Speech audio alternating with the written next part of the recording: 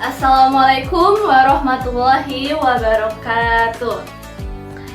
Alhamdulillahirrabbilalamin. Wassalatu wassalamu ala asyrafil anbiya'i wal mursalin wa ala alihi wa sahbihi ajma'in, amma ba'du. Yang paling utama, marilah kita panjatkan puji syukur atas kehadirat Allah Subhanahu wa Ta'ala yang telah memberikan kita nikmat kesehatan dan kesempatan sehingga kita terus belajar dan memperbaiki diri.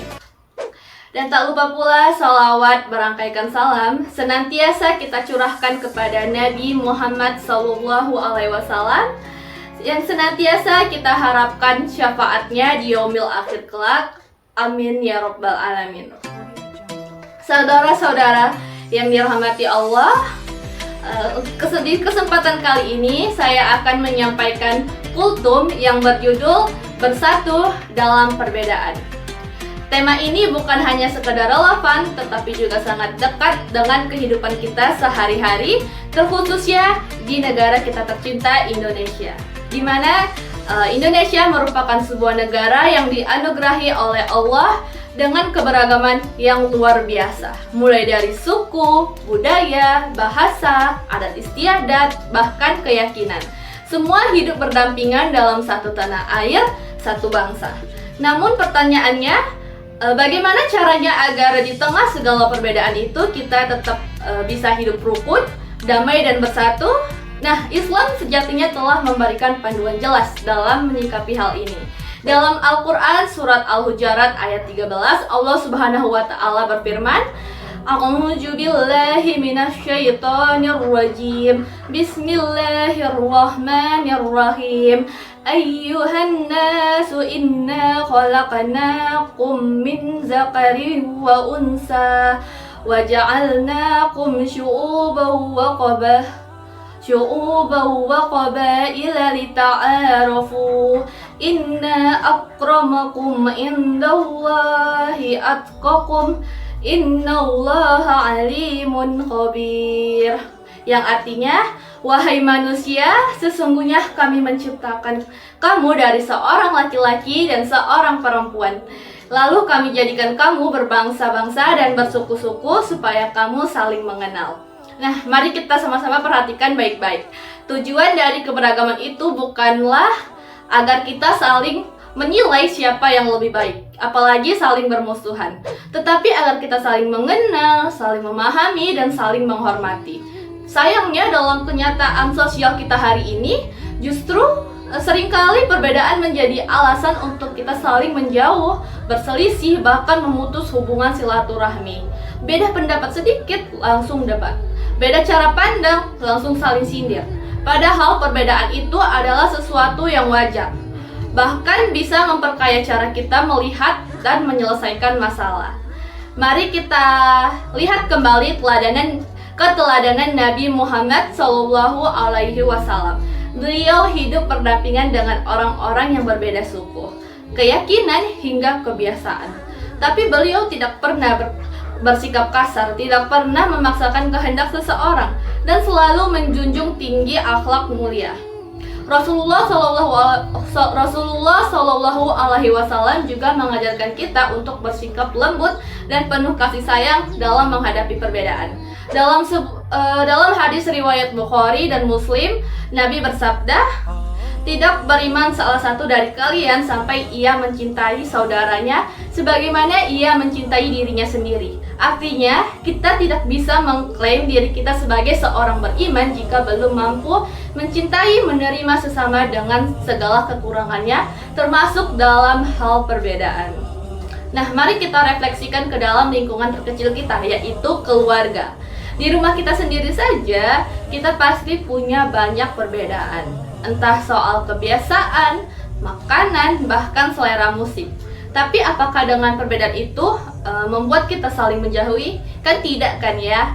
Karena kita sadar bahwa ikatan keluarga jauh lebih penting dari sekedar selera.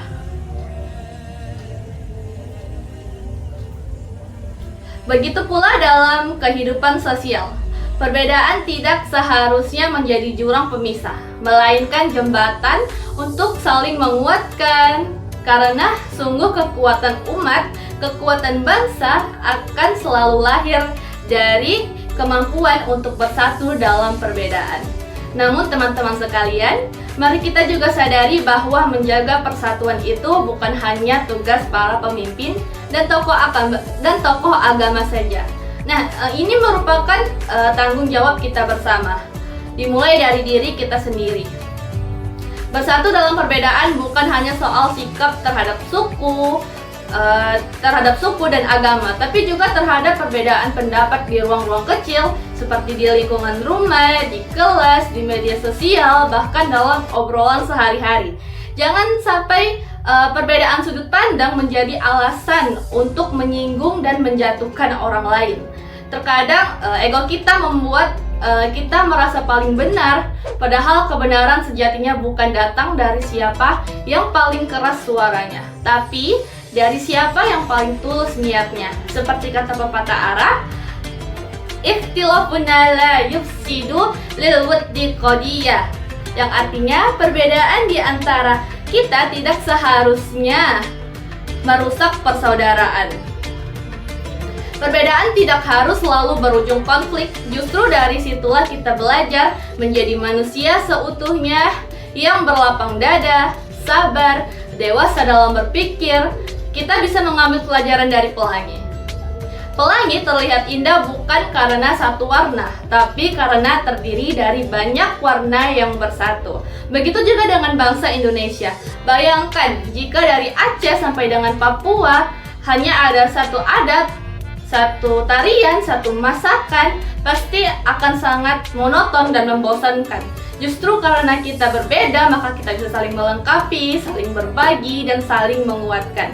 Namun agar perbedaan ini tidak berubah menjadi perpecahan, kita butuh satu sikap penting, yaitu toleransi.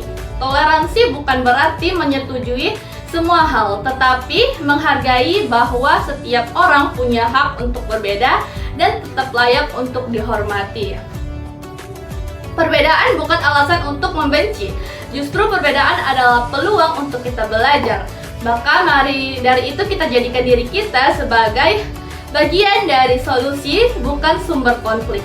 Sebagai jembatan, bukan jurang pemisah. Karena Allah tidak akan menilai kita dari kelompok apa kita berasal, tapi seberapa besar usaha kita dalam menjaga silaturahmi dan persatuan.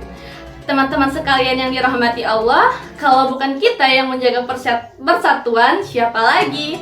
Kalau bukan dimulai dari sekarang, kapan lagi? Mari kita mulai dari diri sendiri, dari cara kita berbicara, bersikap, hingga menyikapi perbedaan di media sosial maupun kehidupan nyata.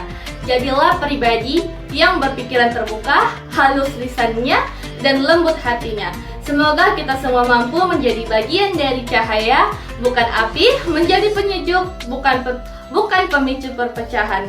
Dan semoga Allah Subhanahu wa Ta'ala senantiasa membimbing langkah kita menuju kehidupan yang penuh dengan kedamaian, baik di dunia maupun di akhirat. Sekian yang dapat saya sampaikan. Assalamualaikum warahmatullahi wabarakatuh.